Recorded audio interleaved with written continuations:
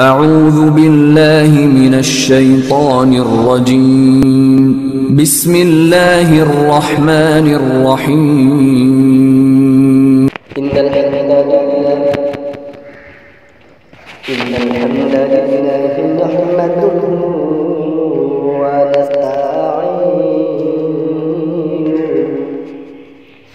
ونستغفره ونعوذ بالله من شرور أنفسنا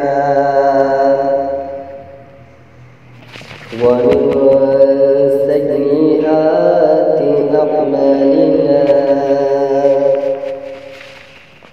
من يهده الله فلا مضل له ومن يضلله فلا هادي له، وأشهد أن لا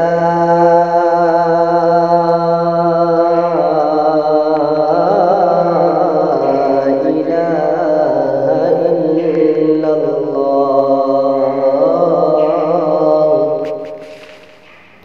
وحده لا شريك له، وأشهد أن محمدًا عبده ورسوله.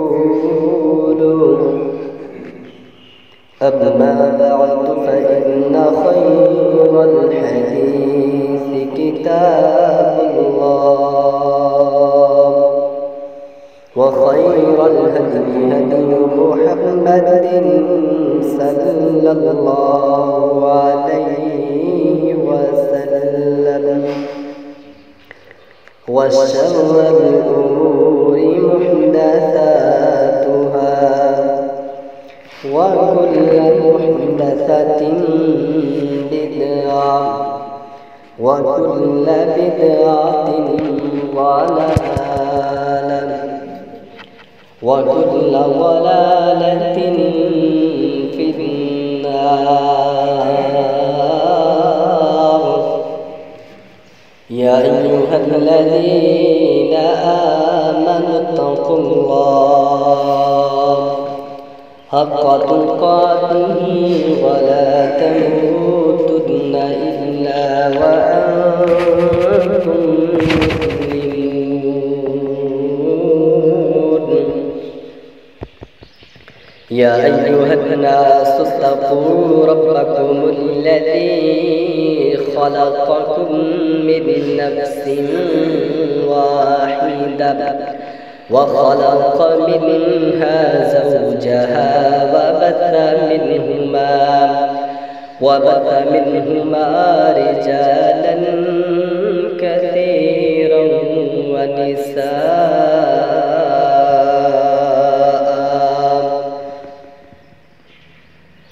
واتقوا الله الذي تساءلون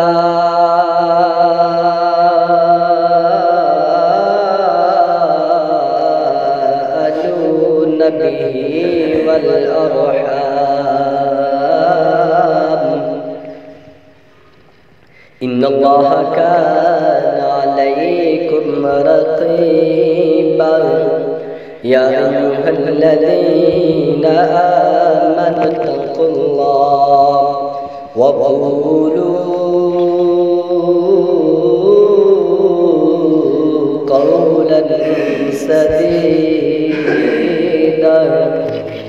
يصلح لكم أعمالكم ويغفر لكم ذنوبكم، ومن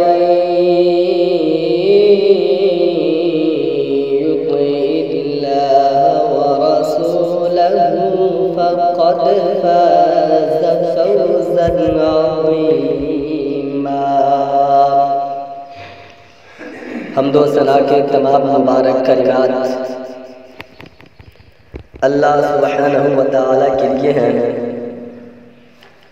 جو اس کائنات کے خالق و مالک اور قابل ہیں۔ درود و سلام امام الانبیاء، امام المرسلین، امام الاولین، امام الآخرین، امام القبلتین، امام الحرمین، امامنا فی الدنیا و امامنا فی الآخرہ و امامنا فی الجنہ، میرے اور آپ کے دلوں کی بہار جناب محمد رسول اللہ صلی اللہ علیہ وسلم کی ذات اقدس پر رحمت و بخشش کی دعا صحابہ کرام رضی اللہ تعالی عنہم اجمعین، اہل بیت، تابعین اعظام، اولیاء کرام، بزرگان دین رحمت اللہ علیہم اجمعین کے لیے ہے۔ حضرات وقار، اللہ کے نبی صلی اللہ علیہ وسلم کے بہت ہی پیارے صحابی حضرت سلمہ بن اقوا رضی اللہ عنہ بیان کرتے ہیں، کنا جلوسا عند النبی صلی اللہ علیہ وسلم، کہ ایک دفعہ ہم اللہ کے نبی صلی اللہ علیہ وسلم کی مجلس میں بیٹھے ہوئے تھے کہ ہمارے پاس اللہ کے نبی صلی اللہ علیہ وسلم کے پاس ایک جنازہ لایا گیا۔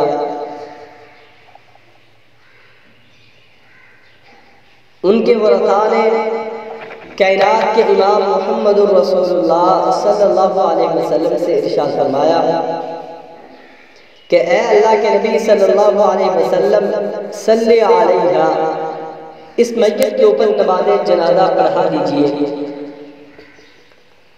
اللہ کے نبی صلی اللہ علیہ وسلم نے ان کی بات کو سنا، سننے کے بعد ایک سوال کیا، فرمایا حل علیہ دین، کہ اس کے اوپر قرض ہے؟ فہل ترک شیء، کیا اس نے پیچھے کوئی چیز، کوئی ورثہ، کوئی جائیداد، کوئی زمین چھوڑی ہے جس کو انسان بیچ کر اس کے قرض کو اتار سکے، اس کے قرض کو ختم کر سکے، جو اس کے اوپر بوجھ ہے دنیاوی طور پر اس کو انسان ختم کر سکے؟ صحابہ کرام رضی اللہ تعالیٰ عنہ اجمعین نے فرمایا کہ اے اللہ کے نبی صلی اللہ علیہ وسلم اس کے اوپر قرض نہیں ہے۔ اللہ کے نبی صلی اللہ علیہ وسلم نے وہ جنازہ پڑھا دیا۔ اس کے بعد ایک اور جنازہ امام کائنات صلی اللہ علیہ وسلم کے پاس لایا گیا۔ اللہ کے نبی صلی اللہ علیہ وسلم نے پھر وہی سوال کیا، فرمایا حل علیہ دین، کیا اس کے اوپر قرض ہے؟ فہل ترک شیء، صحابہ کرام رضی اللہ تعالیٰ عنہ اجمعین کہنے لگے اے اللہ کے نبی صلی اللہ علیہ وسلم اس شخص کے اوپر 3 دینار قرض ہے۔ صرف کتنے دینار؟ 3 دینار اس کے اوپر قرض ہے۔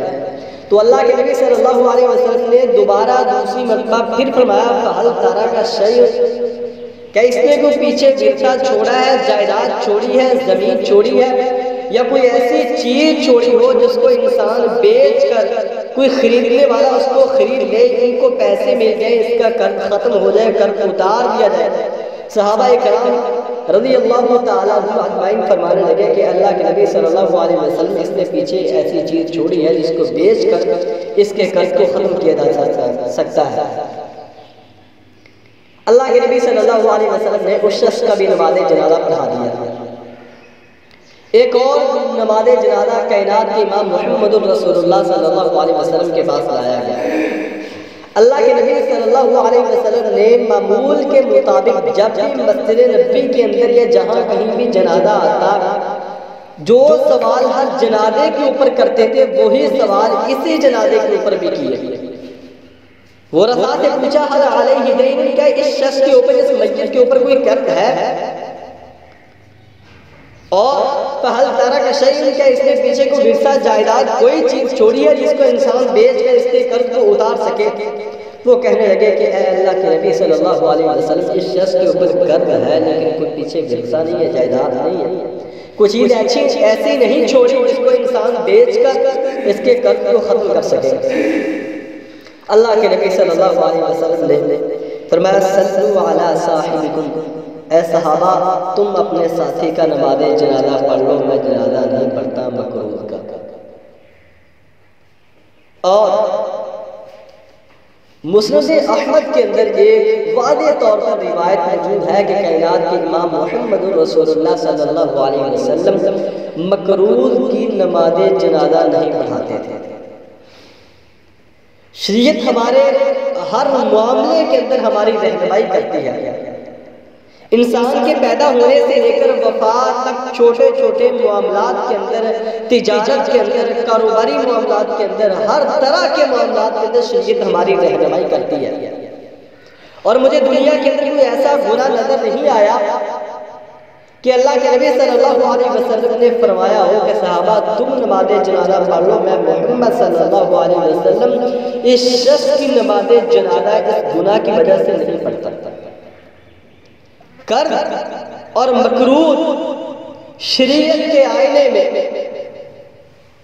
جو شخص کسی سے قرض لیتا ہے ادا نہیں کرتا، اللہ کے نبی صلی اللہ علیہ وسلم کا اس کو سر رویہ کیا تھا؟ صحابہ اکرام کا اس کو سر رویہ کیا تھا؟ کیا صحابہ اکرام رضی اللہ تعالیٰ عنہ اجمعین نے اپنی زندگی کے اندر کسی سے قرض لیا؟ اگر لیا تو اس کی ادائیگی کیسے کی؟ اور شریعت اسلامیہ قرض لینے کی شرائط کیسے بتاتی ہے کہ کون کون سی شرطیں ایسی ہیں جن کو بنیاد بنا کر انسان کسی سے قرض لے سکتا ہے اپنی مجبوری کو حل کرنے کے لیے؟ آج کے خطبہ جمعہ میں انشاءاللہ آپ لوگوں کے سامنے یہ چیزیں رکھی جائیں گی۔ صحابہ اکرام رضی اللہ تعالیٰ عنہ اجمعین کی خواہش آرزو تمنا یہ ہوا کرتی تھی کہ جب بھی کوئی جنازہ آتا تو صحابہ اکرام اپنے دلوں کے اندر یہ بات سوچا کرتے تھے کہ کاش کہیں یہ میت ہماری ہوتی اور اس میت کے اوپر جنازہ پڑھانے والے امام کائنات صلی اللہ علیہ وسلم ہوتے۔ کاش کہیں یہ میت ہماری ہوتی اور اس میت کے اوپر جو زبان نبوت سے دعائیں پڑھی گئی ہیں یہ ہماری میت کے اوپر دعائیں پڑھی جاتی ہیں۔ اور یہ خواہش حضرت عبداللہ بن مسعود کیا کرتے تھے۔ یعنی صحابہ اکرام کی ہر وقت طرف سوچ فکر مائنڈ یہ ہوا کرتا تھا کہ ہمارا جنازہ اللہ کے نبی صلی اللہ علیہ وسلم پڑھائے جو وہ اس شخص نے کیا کر لیا تھا، کتنا بڑا گناہ کر لیا تھا کہ اللہ کے نبی صلی اللہ علیہ وسلم نے فرمایا میں مکروہ کی نماز جنازہ نہیں پڑھاتا۔ اور اگر شریعت اسلامیہ کے اوراق کو پلٹ کر دیکھا جائے، پڑھا جائے، مطالعہ کیا جائے سیرت کا، اللہ کے نبی صلی اللہ علیہ وسلم کے بتائے ہوئے فرامین کا، تو حضرت عائشہ رضی اللہ تعالیٰ عنہ کی ایک روایت سامنے آتی ہے۔ حضرت عائشہ رضی اللہ تعالیٰ عنہ فرمانے لگی کہ اللہ کے نبی صلی اللہ علیہ وسلم اپنی نمازوں کے اندر اکثر یہ دعا پڑھا کرتے تھے۔ قرض کی ناپسندیدگی کہ شریعت نے قرض کو کتنا ناپسند کیا، اکثر یہ دعا پڑھا کرتے تھے اللہم انی اعوذ بک من المأثم والمغرم، اے اللہ میں محمد صلی اللہ علیہ وسلم تیری پناہ میں آتا ہوں قرض سے اور گناہ سے۔ آخر کس چیز نے مجبور کیا امام کائنات صلی اللہ علیہ وسلم کو؟ وقت کے نبی تھے، وقت کے پیغمبر تھے، وقت کے رسول تھے، امیر المؤمنین تھے۔ اکثر اپنی نمازوں کے اندر یہ دعا کیا کرتے اللہ میں محمد صلی اللہ علیہ وسلم تیری پناہ میں آتا ہوں قرض سے، قرض سے، قرض سے۔ اور امام نسائی رحمہ اللہ حضرت عبداللہ بن عمر بن عاص سے روایت کرتے ہیں، نقل کرتے ہیں، فرمایا کہ اللہ کے نبی صلی اللہ علیہ وسلم ایک اور دعا کیا کرتے تھے اللہم انی اعوذ بک من غلبۃ الدین، اے اللہ میں تیری پناہ میں آتا ہوں اس لیے کہ میرے اوپر قرض غلبہ پالا ہے، میرے اوپر قرض چڑھ جائے اور لوگ مجھے قرض کی وجہ سے پریشان کرے، تنگ کرے۔ صحابہ اکرام رضی اللہ تعالیٰ عنہ اجمعین نے دیکھا کہ جب اللہ کے نبی صلی اللہ علیہ وسلم ہر نماز کے اندر ایسی دعائیں کرتے ہیں آخر وجہ کیا رہا نہ گیا صحابہ اکرام رضی اللہ تعالیٰ عنہ اجمعین سے پوچھنے والے نے پوچھا اے اللہ کے نبی صلی اللہ علیہ وسلم ما اکثر ما تستعین یا رسول اللہ صلی اللہ علیہ وسلم من المغرب، آپ اکثر ہی پناہ مانگتے ہیں اللہ کے نبی صلی اللہ علیہ وسلم مغرب سے، قرض سے، آخر وجہ کیا ہے؟ اتنی پناہ کیوں، اتنی ناپسندیدگی کیوں، اور وہ بھی ہر نماز کے اندر؟ صحابہ ہمارے جیسے نہیں تھے کہ اہل علم جو بھی بولتے رہے، اہل علم جو بھی کہتے رہے، اپنی من مرضی کا کہتے رہے، من گھڑت روایات بیان کرتے رہے، وہ خاموش رہے اور اللہ کے نبی صلی اللہ علیہ وسلم کی زبان اقدس سے جو بھی بات نکلتی وہ بات حق اور سچ ہوتی دوسری اگر سمجھ نہ آتی تو فوراً اللہ کے نبی صلی اللہ علیہ وسلم سے پوچھ لیتے. یہاں پر بھی سوال اٹھایا ما اکثر ما تستعیذ یا رسول اللہ صلی اللہ علیہ وسلم من المغرب, آخر وجہ کیا ہے اتنی کرز سے پناہ مانگنا؟ اللہ کے نبی صلی اللہ علیہ وسلم نے ارشاد فرمایا صحابہ ان الرجل اذا غرم حدث فكذب ووعد فاخلف. جب انسان مقروض ہوتا ہے نا, جب انسان سے کسی کا قرض لینا ہے تو وہ انسان بات پر جھوٹ بولتا ہے, بات پر جھوٹ بولتا ہے. کتنے لوگ ایسے ہیں جب کسی سے قرض لیتے ہیں کہتے ہیں میں تجھے 1 منتھ کے بعد ادا کروں گا, اور وہ منتھ گزر جاتا ہے لیکن اس شخص کے پاس اتنے پیسے نہیں ہوتے, اتنی دولت نہیں ہوتی, یہ اس کو جا کر واپس کر دے. پھر یہ وعدے لیتا ہے, بات کے اوپر جھوٹ بولتا ہے. وَوَعَدَ فَأَخْلِفَ, کائنات کے امام محمد رسول اللہ صلی اللہ علیہ وسلم نے فرمایا میں اللہ ذو الجلال والاکرام سے اس لیے پناہ چاہتا ہوں کہ مجھے جھوٹ نہ بولنا پڑے, مجھے وعدہ خلافی نہ کرنا پڑے. کتنے لوگوں کو آپ نے دیکھا ہے جنہوں نے کسی کا قرض دینا ہوتا ہے وہ محلے کو گاؤں کو ہی چھوڑ کر چلے جاتے ہیں. اگر کسی انسان کے ساتھ ان کا ٹاکرا ہو جائے, وہ مل جائے, ان کی ملاقات ہو جائے, ان کے چہرے کے اوپر غم کی پریشانی کے آثار ہوتے ہیں. اسی لیے تو شریعت نے قرض کو ناپسند کیا. وہ انسان کہتا ہے یار میں اسے منہ نہیں دکھلانا چاہتا, اگر کو بھائی کہہ بھی دے کہ چلو یار اس سے ملاقات کہتے ہیں, یہ فوراً روک دیتا ہے کہ بھائی میں نے تو اس کے پیسے دینے, میں کیسے اسے منہ دکھلاؤں گا. اور مجھے یاد آئی حضرت عقبہ بن عامر رضی اللہ تعالیٰ عنہ کی حدیث, مسلم سے احمد کے اندر فرمانے لگے کہ رسول اللہ صلی اللہ علیہ وسلم نے صحابہ کرام رضی اللہ تعالیٰ عنہ سے فرمایا صحابہ لا تقتلوا انفسکم, اپنی جانوں کو قتل نہ کرو. صحابہ کرام رضی اللہ تعالیٰ عنہ نے پوچھا یا رسول اللہ صلی اللہ علیہ وسلم انفسنا وما نخیف انفسنا, اپنی جانوں کو قتل کرنے سے مراد کیا ہے, اپنی جانوں کو ڈرانے سے مراد کیا ہے؟ میں اپنی جانوں کو نہ ڈراؤ. اور ایک حدیث میں یہ الفاظ آتے ہیں کہ اپنی جانوں کے ساتھ خودکشی نہ کرو. رسول اللہ صلی اللہ علیہ وسلم نے فرمایا اپنے آپ کو ڈرانے سے مراد یہ ہے, خودکشی کرنے سے مراد یہ ہے کہ الدین, کسی سے قرض لے لینا. جب انسان کسی سے قرض لیتا ہے تو گویا اپنے آپ کو ڈراتا ہے, پریشان کرتا ہے, غمگین ہوتا ہے. اور اسی لیے حضرت عمر فاروق رضی اللہ تعالیٰ عنہ فرمایا کرتے تھے, فرمایا لوگو ایاکم والدین فإن أوله هم وآخره حرب, لوگو جتنا ہو سکے قرض لینے سے بچو, جتنا ہو سکے قرض لینے سے بچو. آخر وجہ کیا ہے؟ فرمانے لگے کہ ایاکم والدین فإن أوله هم وآخره حرب, کیونکہ قرض کی ابتدا غم سے ہوتی ہے, پریشانی سے ہوتی ہے, تنگی سے ہوتی ہے, اور انتہا اس کی لڑائی ہوتی ہے. بھائی بھائی کے ساتھ بڑا پیار کرتا ہے, بڑی محبت کرتا ہے, لیکن وجہ کیا بنی؟ بھائی بھائی سے جدا ہے, بہن بہن سے جدا ہے, بڑے بڑے خونی رشتے آپس میں جدا ہو جاتے ہیں, محلے والے گاؤں والے ایک دوسرے کو بلانا چھوڑ دیتے ہیں صرف اسی کی وجہ سے. کسی کہنے والے نے کہا تھا اگر کسی سے رشتہ داری کو خراب کرنا ہو, معاملات کو خراب کرنا ہو تو اس کے ساتھ زندگی کر. اللہ معاف فرمائے میں جانتا ہوں ایسے لوگوں کو. میرے پاس ایک شخص آیا اور کہنے لگا قاری صاحب میں نے اپنے بھائی کو 50,000 دیے, رشتہ دار, بڑی ضرورت تھی, 50,000 دیے دیا. مجھے کہنے لگا شام کو مل جائے گا. 2 منتھ بعد میں اس کے پاس گیا اور جا کر کہا پیارے بھائی اب بھی مجھے واپس کر. اس نے غصے سے اپنے بیٹے کو کہا جاؤ پیچھے سے پیسے لے کر آؤ, تمہارے انکل پیسے لینے ہیں. پیسوں کو بنا بڑھائے سے پھینک دیا. اس سے بھی غصہ آیا, کہنے لگا قاری صاحب میں چندہ مانگنے نہیں گیا تھا, وہاں پر میں بھیک مانگنے نہیں گیا تھا, اور میں نے اس کے منہ پر کہا کہ تو نے مجھ سے 1 دن کا وعدہ لیا تھا اور 2 منتھ بعد دینے ہیں, اور تو مجھے بکھیر کر پیسے اخلا. یہ ہمارا حسن اخلاق ہے. اور اللہ کے نبی صلی اللہ علیہ وسلم کی ان روایات کو دیکھا جائے تو پتہ چلتا ہے قرض انتہائی ناپسند چیز ہے. تو کیا آدمی سے لے نہیں سکتا؟ لے سکتا ہے. اللہ کے نبی صلی اللہ علیہ وسلم نے بھی قرض لیا حضرت ابن ابی ربیہ رضی اللہ عنہ سے 40 دینار قرض لیا. جب اللہ کے نبی صلی اللہ علیہ وسلم نے قرض واپس دینے کا ٹائم آیا, وقت آیا, تو آپ صلی اللہ علیہ علیہ وسلم اس کے پاس گئے، قرض واپس کیا اور ساتھ دعا دی۔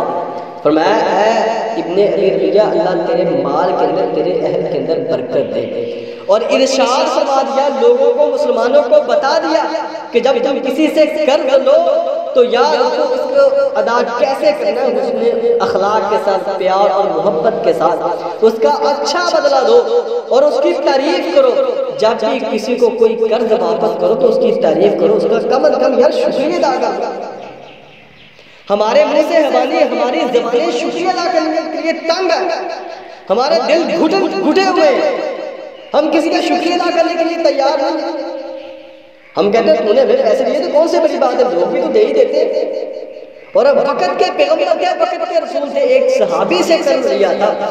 درد دیکھیے، پیار دیکھیے، امت کو سبق سکھا دیا کہ لوگوں اگر کسی سے قرض لینا ہو یار ضرورت پڑ ہی جاتی ہے، مجبوریاں انسان کو مجبور کر ہی دیتی ہیں۔ معاشرے کے اندر رہتے ہوئے جینے کے لیے اپنے پیٹ کی خاطر، اپنے بچوں کی خاطر، والدین کی خاطر انسان کو مجبوری پڑ ہی جاتی ہے، قرض لینا پڑ ہی جاتا ہے۔ چلو تم اگر قرض لے لو تو ادائیگی کے وقت کم از کم اس کا شکریہ تو ادا کر دو کہ بھائی تمہاری مہربانی، تو نے مجھے قرض دیا تھا، تو نے یار میرا اتنا ٹائم، میں نے اتنے ٹائم تمہارے پیسوں کو استعمال کیا، یار تیری مہربانی۔ ہم سے تو یہ نہیں ہوتا۔ اور حضرت عمر، یہی حضرت عمر جو کہا کرتے تھے ایاکم والبخل، لوگوں قرض سے بچو۔ ایک دفعہ اپنے اوپر ایک وقت ایسا آیا کہ حضرت عبد الرحمن بن عوف کو بھیجا، پیغام بھیجا کہ عبد الرحمن مجھے قرض چاہیے۔ حضرت عبد الرحمن کہنے لگے اے امیر المؤمنین، آپ تو وقت کے امیر المؤمنین ہیں، بڑے معزز صحابی ہیں، آپ کے پاس تو بیت المال موجود ہے اور آپ پیسے قرض مجھ سے لینا چاہتے ہیں؟ بات کو توجہ سے سنیں، آپ کے پاس تو بیت المال موجود ہے، جتنے چاہے پیسے وہاں سے لے سکتے ہیں، جتنا چاہے قرض وہاں سے لے سکتے ہیں، لیکن آخر کیا وجہ بنی کہ آپ نے مجھے پیغام بھیجا؟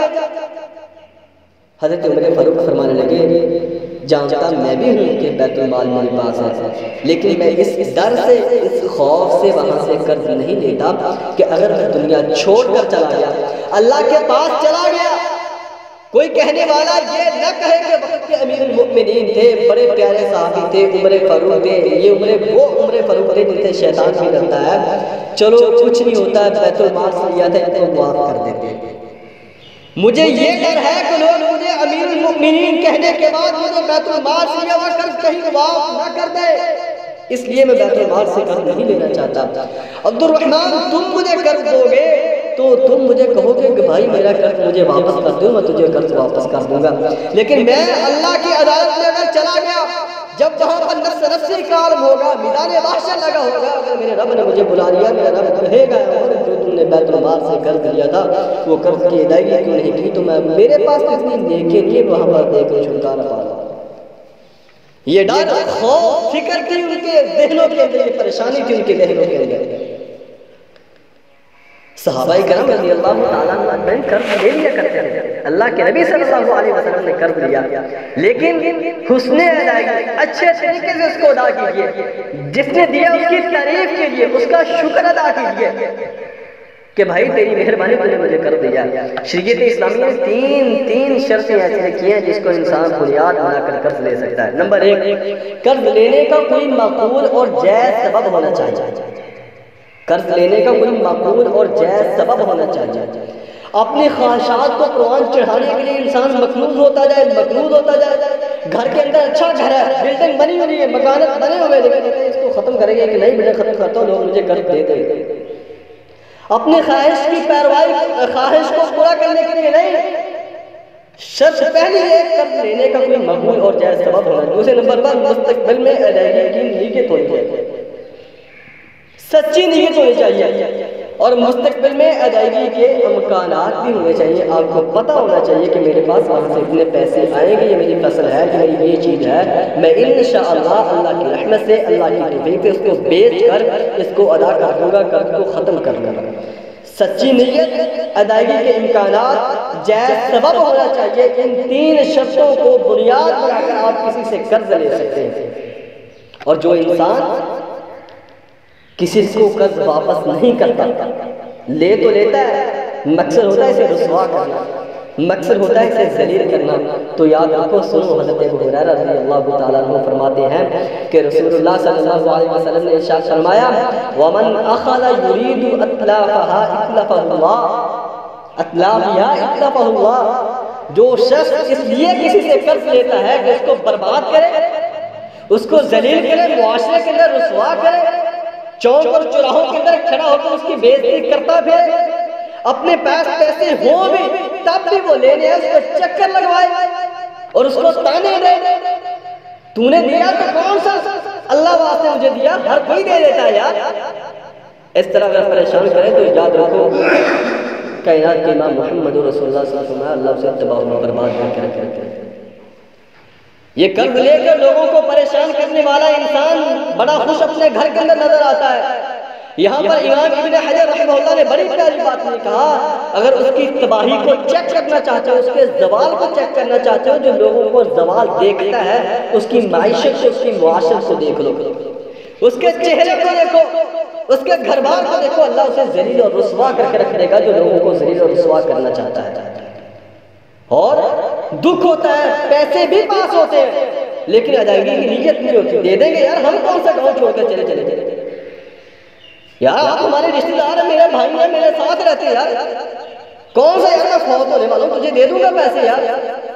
خدا را ڈریے اس معاملے سے کہ جب کل قیامت کا دن ہوگا، نفس نفسی کا عالم ہوگا، اللہ بلائیں گے ایسے شخص کو جو بڑے تانے دیتا تھا، جس کے اندر بڑا غرور اور تکبر تھا، لوگوں کو ذلیل کرتا تھا، رسوا کرتا تھا، قرض کی وجہ سے قرض لے تو لیتا تھا لیکن جب دینے کی باری آتی تھی تو پریشان کرتا تھا۔ اللہ اسے اس طرح بلائیں گے کہ بطور چور اس کی پیشی اللہ کی عدالت میں پیش کی جائے گی۔ یہ چور کی حیثیت میں اللہ کی عدالت میں آئے گا۔ اور قرآن کریم کے اندر سنیے وَالسَّارِقُ وَالسَّارِقَةُ فَاقْطَعُوا أَيْدِيَهُمَا جَزَاءً بِمَا كَسَبَا نِكَالٌ مِّنَ اللَّهِ، چور کا حکم کیا ہے؟ اس کے دونوں ہاتھ کاٹ کر رکھ دو، یہ دنیا کے اندر سزا ہے۔ مجھے بتاؤ، جس نے قرض ادا نہ کیا ہو اور رب کی عدالت کے اندر چلا گیا تو میرا رب اس کے ساتھ کیا سلوک کرے گا؟ چور کی حیثیت سے اسے رب کی عدالت میں لایا جائے گا۔ اور اس سے آگے بڑھے، حضرت ابو ہریرہ رضی اللہ تعالیٰ عنہ فرماتے ہیں کہ رسول اللہ صلی اللہ علیہ وسلم نے فرمایا مد الغنی کی ظلم، مالدار کا ٹال مٹول کرنا یاد رکھو یہ ظلم ہے۔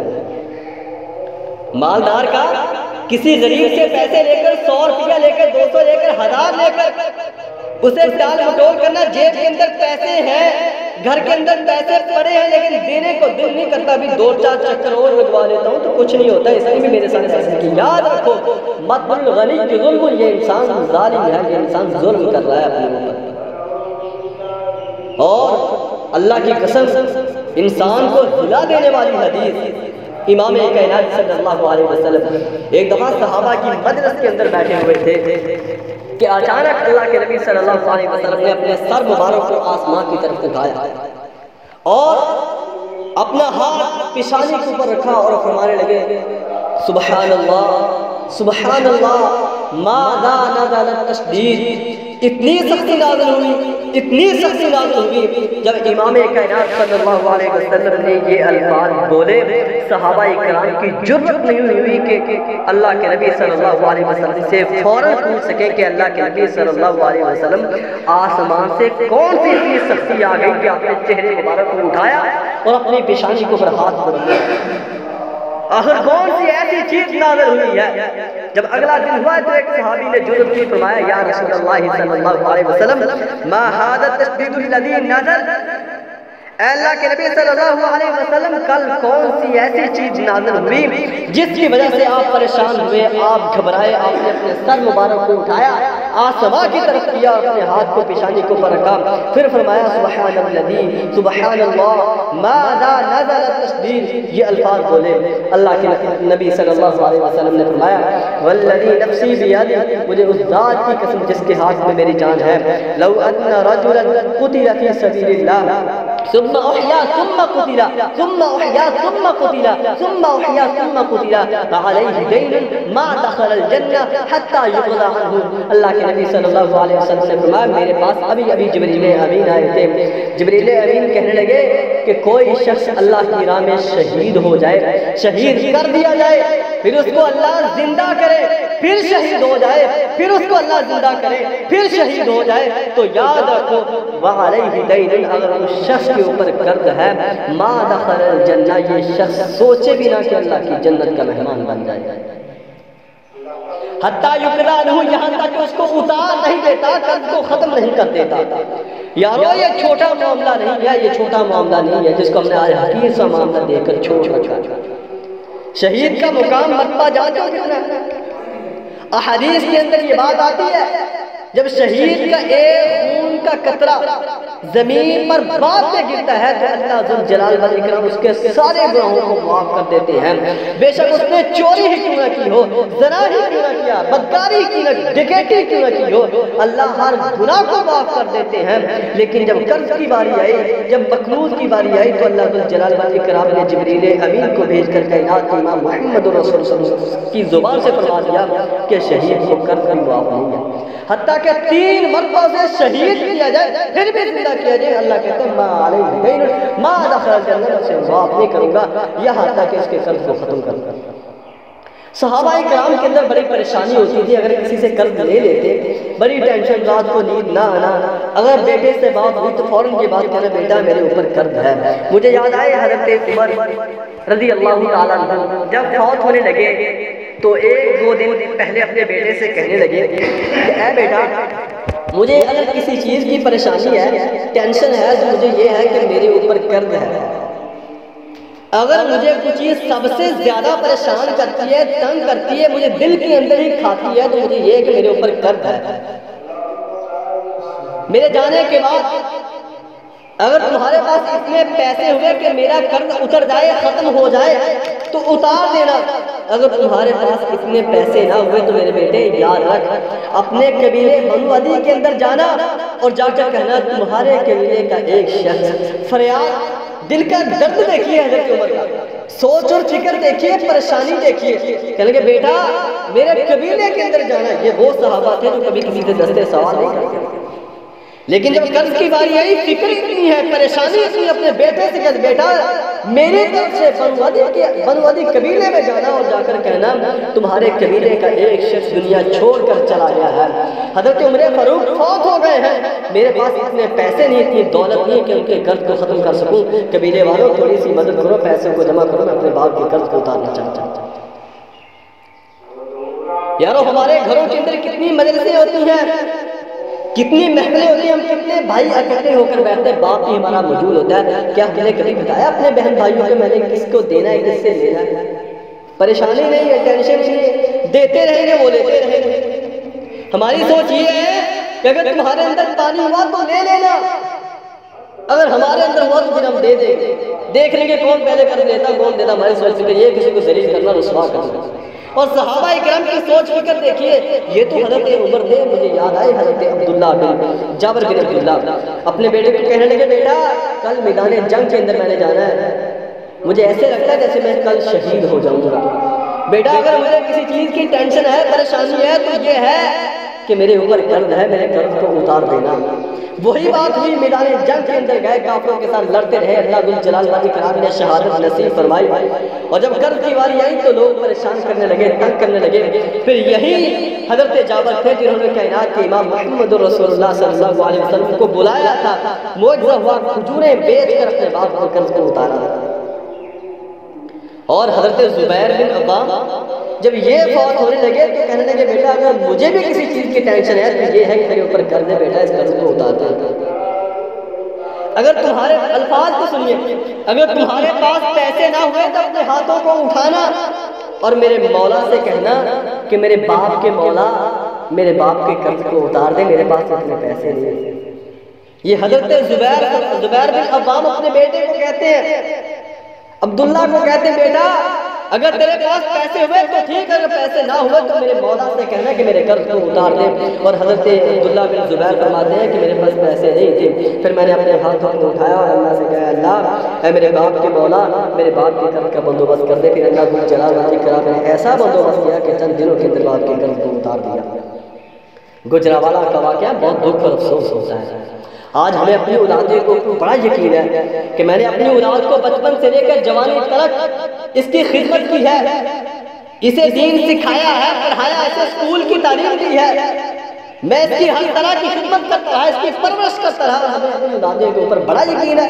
اور آؤ تمہیں ایک واقعہ سناتا ہوں آپ لوگوں کو، گجرانوالہ کا واقعہ۔ باپ نے پیسے دیے، محفل کے اندر بیٹھ کر، بیٹا بھی ساتھ موجود تھا۔ 1 لاکھ روپیہ لوگ تنگ کرتے تھے، کسی کہنے والے نے کہا یار میرے پاس پیسے موجود ہیں، میں آپ کو پیسے دے دیتا ہوں، آپ کے ساتھ احساس کرتے ہوئے، آپ کے جذبات کو سمجھتے ہوئے مجھے چند دنوں بعد یا چند منتھ بعد واپس کر دینا۔ باپ نے پیسے لیے، پوری محفل کے اندر بیٹھ کر، اور 1 لاکھ روپیہ لیا۔ چند دنوں کے بعد باپ فوت ہو جاتا ہے اور لوگ بیٹے کے پاس گئے، کہنے لگے بھائی تمہاری موجودگی کے اندر، پوری محفل کے اندر تم نے پیسے لیے تھے ہم سے، اب آپ بتائیں آپ کا باپ تو فوت ہو چکا ہے، پیسے دینے کا شیڈول کیا ہے؟ آپ ہمیں قرض کی ادائیگی کیسے کریں گے؟ 1 ماہ بعد کریں گے، 2 ماہ بعد، یا سال ماہ بعد ہوگا؟ کتنے دیر بعد ہوگے؟ کتنے دنوں بعد ہوگے؟ وہ کہنے لگا وہ سامنے میرے باپ کی قبر ہے، وہاں سے جا کر پیسے لے لو اور تمہیں دیتا ہے۔ یہ سگے بیٹے کی بات ہے۔ ہمیں بڑا بھروسہ اپنے بھائیوں کے اوپر، اپنے بھائیوں کے اوپر، اپنے بیٹوں کے اوپر۔ ساری زندگی باپ نے نہ کبھی رات دیکھی نہ کبھی دن دیکھا، اولادوں کی خاطر، اپنی بچیوں اور بیٹوں کی خاطر۔ اور ایسے واقعات دیکھنا پڑے کہ میت کو روک لیا گیا جنازے کی وجہ سے، اور بیٹیوں نے اپنا سونا دے کر جنازے باپوں کے پڑھائے۔ اور یہ نوجوان جسے اپنے بازو کے اوپر بڑا فخر ہے، یہ زمین کے اوپر چلتا ہے بڑے تکبر کے ساتھ، بڑے غرور کے ساتھ، جیسے زمین کے اندر یہ لوگوں کو کھانے والا ہے، جو لوگوں کو رسوا اور پریشان کرنا چاہتا ہے۔ جب باپ کے قرض کی باری آتی ہے تو اس طرح کے الفاظ بولتے ہیں۔ مجھے بتاؤ لوگوں، تمہارے پاس پیسے تو موجود ہوتے ہیں، تم پھر بھی نہیں دیتے، تمہارے جانے کے بعد تمہاری اولاد کیسے دے گی؟ اللہ ذو الجلال والاکرام سے دعا ہے کہ جو کچھ میں نے بیان کیا میں اس پر عمل کرنے کی توفیق عطا فرمائے، اور قرض کی اہمیت کو اور اس کی ناپسندیدگی کو صحیح معنوں میں سمجھنے کی توفیق عطا فرمائے۔ ھذا ما كان عندي والله اعلم بالصواب۔ ان الحمد لله نحمده ونستعينه ونستغفره ونعوذ بالله من شرور انفسنا ومن سيئات اعمالنا، من يهده الله فلا مضل له ومن يضلله فلا هادي له، واشهد ان لا اله الا الله واشهد ان محمدا عبده ورسوله۔ حضرات وقار، میری آج کی گفتگو کا عنوان تھا قرض اور مقروض شریعت کے آئینے میں۔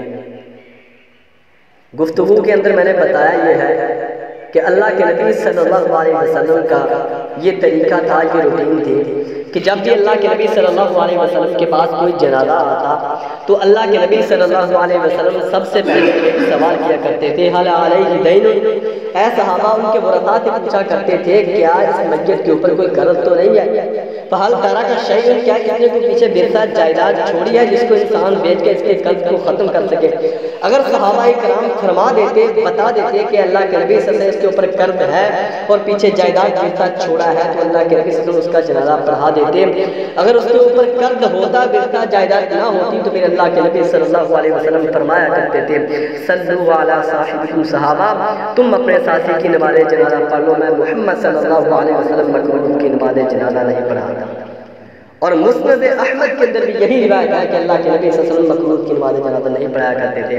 اور اس کے اندر میں نے یہ بتایا کہ اگر کسی انسان نے قرض لینا ہے، شریعت کے اندر قرض لینا جائز ہے، لیکن اس کی 3 شرطیں ہیں، 3 شرطوں کو بنیاد بنا کر انسان قرض لے سکتا ہے، اس کے علاوہ انسان قرض نہیں لے سکتا۔ نمبر 1، قرض لینے کا کوئی معقول اور جائز سبب ہونا چاہیے، اپنے خواہش کی پیروی کے لیے، اور مستقبل کے اندر قرض کی ادائیگی کے امکانات ہونے چاہیے. آپ کو پتہ ہونا چاہیے کہ یہ جو میں 2 لاکھ 3 لاکھ 4 لاکھ 10,000 لے رہا ہوں یہ ایک وقت آئے گا, یہ چند ماہ بعد میں اس کو ادا کر سکوں گا.